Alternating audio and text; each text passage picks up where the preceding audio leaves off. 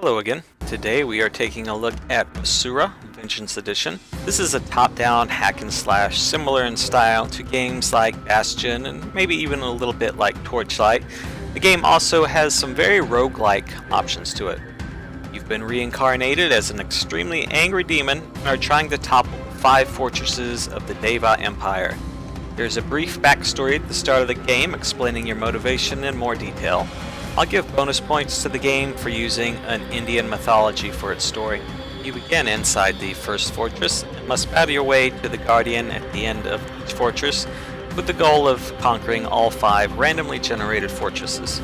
Bring your controller with you because this game is definitely meant to be played using a controller instead of a keyboard and mouse. You have 2 primary attacks, a melee and a ranged attack. You can also dodge and sprint. You have a green stamina bar that is depleted by doing actions such as attacks, dodges, and sprints. The stamina bar regenerates automatically after a few seconds if you're doing nothing. You'll be unable to do anything except move around if you do manage to completely deplete your stamina bar. Melee attacks do more damage against ranged enemies, and your ranged attacks do more damage against melee enemies. You have the ability to learn magic as you level up. Once a magic ability is used, you must kill a certain amount of enemies before it comes off of cooldown. Magic abilities can be offensive and defensive in nature. Your ranged attacks consume arrows, which must be found off of dead enemies, purchased in stores, or found off of shrines. Melee and ranged attacks vary based on what weapon you have equipped. Some melee attacks are fast and do low damage while using no stamina. For example, claws are like that. Other melee weapons like hammers have big damage but are slow to use and consume stamina. Ranged attacks vary a little bit less, and the biggest difference between them is that they can get different types of elemental bonuses. After defeating an enemy, you can go up to its corpse and choose to either scavenge it or absorb it. Scavenging the corpse causes gold and the potential for other loot to drop, while absorbing it gives you additional experience points. Scavenging is good when you have poor inventory or you need money for consumables like arrows or potions. Experience is better for leveling up your character faster. One of the primary hooks of the game is your skill tree. Every new game, your skill tree is randomized so that you have potential for new builds with every game. There are 4 different tree builds that follow different themes. Generally speaking, the red tree offers more offensive builds, yellow tree is magic, green tree is defense utility, and purple is elemental options. On my best run, the first option in the purple tree gave me a 25% chance for each attack I do to cast a random spell on my enemies.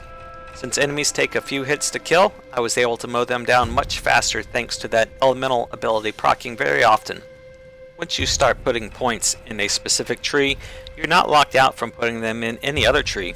Each tree does have a few abilities that are gated by requiring your character to be a certain level, but after 30 minutes of gameplay, you're going to be high level enough that you can bypass all of those restrictions. A few other abilities may be gated by requiring a skill point in a previous part of the same tree, but overall, the freedom to make your own build is there, and it is a lot of fun. Loot can make or break your run. Finding a powerful weapon early on really helps. Your armor slots are useful as well, but they typically don't have the fun extras that weapons do, such as perks like replenishing health or stunning enemies. The enemy types range from melee attackers that run directly at you, to ranged units that try to keep their distance. There are also traps on the floor that you have to avoid, and shrines that can cast spells at you later or buff other enemies. In later levels, the ranged units can be pretty obnoxious with their attacks, as the screen gets cluttered really fast with fireballs and ice beam and arrows. The bosses at the end of each fortress have very large health pools and will have both ranged and melee attacks at their disposal. In the time I played, I never encountered a boss that required a strategy beyond melee attack, dodge away, range attack, dodge, roll back into their melee range. The bosses do call in reinforcements, and that's when you have to give the boss a little bit more thought. The biggest, meanest, deadly attack in the game isn't a boss or even a standard enemy, it's fire. There are bonfires in the game that sure look a lot like shrines if you're not paying attention. Popping into one of those bonfires causes you to catch on fire for a few seconds. At the end of that time, one of your armor pieces is automatically destroyed. Later in the game, more enemies also gain the ability to have fire-based attacks that light you up. This is a fiery snowball of death for your character because once you get hit, you lose a piece of armor, you start taking way more damage, you get hit again, and then suddenly you're just like a wet tissue paper Where a level before, the enemies weren't doing much damage to you, but now they're just mowing you down quickly. You can put the fire out if you have a special inventory item, but these items are rare, and typically you won't have enough of them in stock to counter all the different fire attacks. Luckily, weapons, as far as I can tell, don't catch on fire. The biggest weakness of the game is the cooldown time on some of your abilities. The abilities can be used once, and then they go on this really long, obnoxious cooldown depending on what the ability is. The cooldown gets lowered every time you kill an enemy, but some of the cooldowns are just so obnoxiously high that you'll clear an entire level and your ability still won't be off of cooldown. This makes putting a skill point in that tree to learn the ability it doesn't feel like something that's satisfying. It feels more like it's a one-time inventory item that you use. Scattered in levels are treasure chests with free loot, shrines that you can upgrade for gold, gambling shrines, vendors you can buy things like potions and armor from. With my playstyle, I mostly chose to get more experience rather than looting enemies, so the vendors and upgrade shrines didn't offer much for me. But I do appreciate the fact that the game offers you the option of going with that playstyle of scavenging the enemies and then rolling the dice at the vendors to see if you get good loot.